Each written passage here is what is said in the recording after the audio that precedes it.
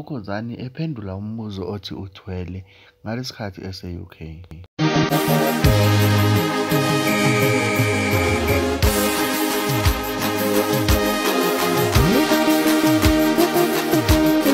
Sawubona siyabingelela kanti ubingelela yena-ke uMathinta wacebisa intombi ziyamshalaza zimshazela abataza mqomo sengumathani sikhoma feeling neficeso shena ngitshela ngathi umntana umuntu onqoba nokomo bawutshelwa nolwazi. Kana kwethu ngawusuku lakho lokuqala ngicela ushare uphinde ucomment usubscribe ukhuluma konke. Uma usubscribe-ke usuke wenzela ukuthi kube wena wokuqala othola ivideo uma-ke se-uploada kube wena unqaphambili bese-ke uyakhomenta uyashare ukukhuluma konke. Kanti zakwethu Khuzani laphana-ke usevezile ukuthi yena-ke akahlangani indaba yokuthwala. Uma-ke kuwukuthi-ke ukuthwala kulula anikwenzi ngani, kanti-ke uphendule ngalesikhathi abantu belindele-ke ukuthi use-UK.